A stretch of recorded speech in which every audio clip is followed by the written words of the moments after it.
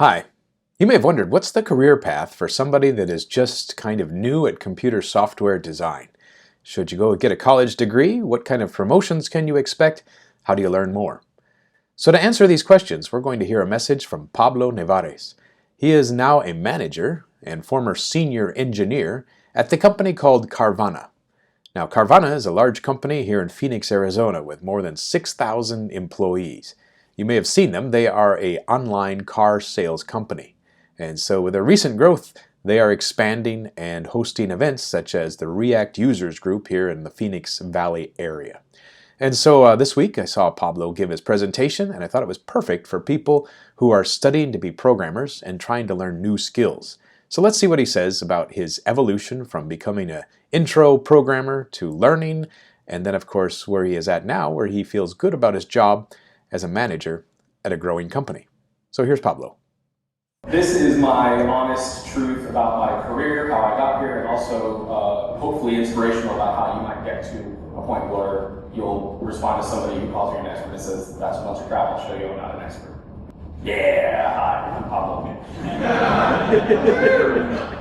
So I was born in, no, I'm not going to go that far back. I'll tell you about my first job. My first job was in 1999 as a IT guy, I'll say, at a real estate company.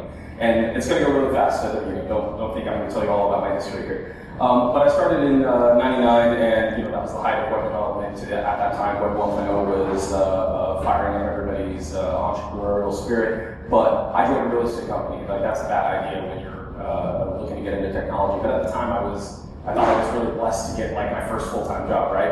I thought I was, an IT guy who knew how to build computers, support email, provide desktop support for folks. And over the time at that job, I turned into a web developer just because the team grew. I was the second hire, and I got to pick what I wanted to do, right? So I thought web development was a really interesting, creative pursuit that let me make things from scratch. And I just trained myself how to be a web developer. And I spent 9 years at that company. Almost 10 years. That's way too much time. I mean, I'd love to get Carvana for that long, but let's be honest, most people don't end up at that job for that amount of time. And near the end of my time there, I started having like an internal crisis, and you might be at that point in your career right now where you say either I want to get this first professional job in engineering, I want to get my first senior role in engineering, either as a promotion or interview for it. And so at the time I said, could I really get a job as an engineer, as a web developer at a company? Could I convince somebody to hire me into that position? So I interviewed, took a few months, probably 6 total, until I actually found a company that I was interested in, and I got hired as an engineer. And this is sort of the theme of the talk, like, how do you decide when is the right place to shift your career, get into that next position, or get the validation that you can get hired as an engineer? You can interview into it, not just fall into it because somebody said, hey, you seem pretty useful, you seem pretty good at what you do. And then at that job, you might have heard this just a second ago, this story, I was an engineer, and then I got promoted to a senior role. And I said, cool, can I get a job as a senior engineer? So I got hired as a senior engineer, and I keep changing jobs just to get that validation, right? Early on in my career, I just looked at interviews to get that validation. And I got hired as a senior engineer at a video game company called Riot Games, the League of Legends. Hopefully heard of them. If you haven't, that's fine, you're probably not into video games. But I moved to Los Angeles, and my wife was excited about that when we started having kids. And this is where we got the first crisis point, let's say, in this story, where I was hired as a senior engineer. I was excited to work on video games, but we started having 1 kid, then 2 kids, and our family was here in Arizona. So I decided I want to move back here. And luckily I was on a team for a couple of years that really liked me and said, well, okay, you can be a remote engineer, and you just have to make sure that you maintain that communication. You have to be available, you have to be just as good as you were on site. And for a while that worked, but guess what? I got fired. I got fired as a senior engineer for the first time, and this is where really the career started. I think on the top description, I said it was my back was against the wall. Was that right? In the top description? I'll say I was heartbroken. I was heartbroken because I loved working at this company, and I loved the opportunity to be a remote employee. I thought that was really flexible. But also, obviously, I didn't do the job I was hired to do. I mean, I did the job I was hired to do when I was there, but I couldn't do it from Arizona. But also, that crisis created what I consider like the jump into my next career. Like, this was end of 2014. I was really depressed around the holidays because it had happened, and about 5 years ago, just this year, I'd say that's when my career that I'm in right now actually began. Because I started making just a list of what I want to learn, what I know and what I don't know. In this case, I was doing it because I wanted to interview, right? I wanted to interview at a bunch of different companies to try to see if I could lean on the reputation of Riot Games and say, hey, I did good stuff there. I worked in the store, I worked in e-commerce, I worked for millions of players, did stuff for Chinese players, supported the game around the world. And so I said, here's what I do, here's what I did at that company, here's what I do know, and also what I don't know, the stuff that Riot Games was doing that I thought was really interesting, but I never had a chance to be involved in. And now I had 3 months of severance pay and, just the freedom to do what I wanted to do. And in this case, I'm really good at making lists. Here's a list of video games that I finished over the last 9 years. Every platform that they're on, every year that I finished that video game, here's a pie chart, right? I'm really good with Google Sheets when it comes to my hobbies. But I can also be that good for other things. And around the time that I lost that job, I also bought a house. And in this case, I made a list of things that I wanted to learn about home ownership, about landscaping, about my pool. And I leaned on that and said, I want to make a list of all the stuff I want to learn. This is kind of small, sorry if you can't read it. The actual technology here isn't super important. But these were, at the time in 2014, I thought, man, I really don't know Bootstrap, I really don't know Docker, I really don't know TypeScript, and I really want to get these cool jobs that are using these technologies. And so I started making this list. This is just, I don't know, a fifth of that list. And some of these, today, I actually still don't know them.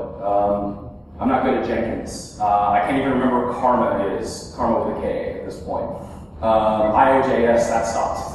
Within a couple months of me putting IOJS on the list, that wasn't a thing anymore. But some of these things, I got hired at Carvana 5 years later, or 4 years later, to actually be an expert, right? That's a bunch of BS, but they called me an expert. But also, I mentioned that I was a homeowner and I wanted to learn about my home, and I realized that owning a house was the exact same thing as trying to level up my career. And here's a good image to show you why. That's my pool last year. If you know anything about pools in Arizona, I think pool season is around Memorial Day to Labor Day, like May to September. And this was the day before Memorial Day, something like that. I wanted to get unemployed, walked out and said, oh, geez, this is going to be my whole week. And I was just not good at maintaining that pool. This is just one piece of the overall home ownership picture, right? This is what my pool is supposed to look like. That's it, nice and clean, probably a year before, something like that. But eventually I got it to look like that again, right? But I was not a pool guy, but I am my pool guy, because I'm not going to throw money at the problem. I'm not going to pay somebody a couple $100 to solve this problem that I created for myself. The same way I wasn't going to pay somebody to teach me how to do all the things that I wanted to learn. It was me that wanted to learn those things. It was me that was going to make myself the engineer that I wanted to get hired for again. So then I was hired again. I was hired to GoDaddy. And I started mentoring people. I also started being mentored by people. And this is one thing that I realized was missing from my career. At the real estate company, at the next job at Riot Games, there was not this really good structure. And I'd say this is probably something that companies, let's say around Carvana's age and around Carvana's engineering talent, are starting to be really good at and focus what they tell people. You're going to be mentored here, you're going to have a manager that cares about your growth. Sorry, I told you I wasn't going to try to sell Carvana again. And I started doing that and realizing that that was a way to grow, continue making that list, continue listening to things that I did and didn't know, and make sure that that ratio keeps, getting lopsided over time, that I start learning the things that I want to know. And at GoDaddy, I was promoted to a manager role. And guess what happens next? I wanted to get hired as a manager, so I joined Carvana. Now, I don't know where it can go from here. I don't know if you can hire somebody as a CEO or somewhere between manager and CEO, but at this point I'm happy at Carvana, and I like my growth at Carvana, so this is where I'm at. But also, this hired as a manager was me saying, I want to start this growth pattern again. When I got promoted into a manager role, I went from being a senior engineer, a lead engineer, to a junior manager. And that's the thing that, if you listen to my Desert Code Gang talk about becoming an engineering manager last year, you have to learn how to be humble and say, I'm at the beginning of this path again, right? I'm at the beginning. If you, let's say, become from an engineer, you become an architect, you're at the beginning of the architect path again. You have to learn to be humble, make that list of things you want to know, things you do know, and continue chipping away at that list. So that's one of the lessons that I want to bring to you, is that you should start that list. It doesn't have to be a whole thing. open up Evernote, Google Keep, a piece of pen and paper if you're a caveman, and make that list. Put a couple things on it. I had a bunch of stuff on my list that I wanted to show. You may have seen, I think, React was on that list, and people call me an expert today. Like I said, that's a bunch of crap, but also in 5 years, I thought that I was late to the game. I thought in 2014, oh, I missed it. React, Node, they've already peaked. When did this meetup start? Do you have any idea? 3 years ago? So that was after I put that on the list, right? React in 2019 is more popular than it's ever been. You can look this up on, there's a npmstats.com. You can compare React to Angular to Ember and Vue and realize that it's always going up and to the right for various reasons, but if nothing else, it's momentum. And when I started this list, that was something that, I thought I was late. I thought I could never learn this and keep up with folks, and luckily, it's always changing, and you can keep up. But also, when you start this list, think about things that are related. So in my case, a couple years ago, I wanted to learn C#, and I didn't understand the syntax very well. I was more familiar with scripting languages like JavaScript and Python and PHP. So I said, I wanted to learn C#, I'll build a video game, because Unity uses C#. So I made a couple mobile games, and I thought, okay, I learned C#. But I also learned some object-oriented patterns that I hadn't used before. And I also learned that there's a great community of YouTube content creators that just create free videos for you to learn from. So in my case, I wanted to learn about GitHub Actions. Now this is an example that I'm about to show you that, I know Node.js, I know NPM, but this is just an example of that clustering I'm talking about, finding things that are related.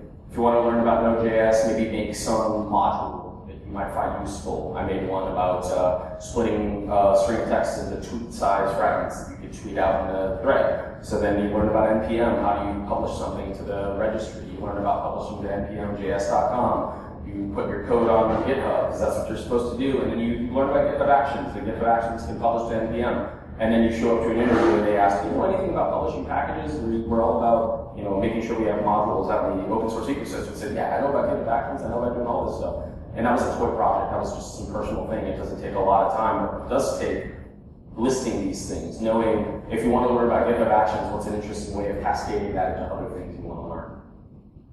But also, it's not something that you can just go home tonight and say, next 24 hours I'm going to learn all about these things. I'm going to learn 24 different things in 1 hour. You're going to kill yourself for one. But also, it's not going to be reinforced. It's something that you have to work on. When I was in between jobs from December to February until I started at GoDaddy, I learned a little bit every day. It was the holidays. I took some time off to be with family and everything, but late at night, after wife and kids were asleep, I'd log on, look at the list, and say, I'm going to watch a YouTube video about Angular. And this was Angular 1.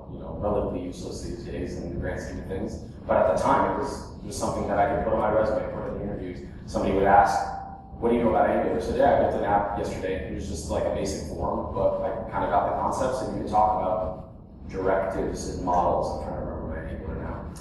But you have to take a little time every day. It's not something that you can do all at once and say, a week from now, I'm going to be an expert in React. That's not going to happen. It'll happen a little bit over time, and then you look behind you and go, oh, geez, that's a long path that I just walked.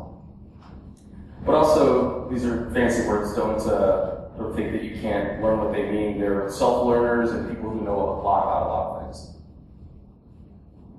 Autodidacts. A lot of people here might be one of those. This is, you aren't taught something, you might have not gone to school for it or a boot camp. You just woke up one day and said, I want to learn JavaScript because I want to get a different job.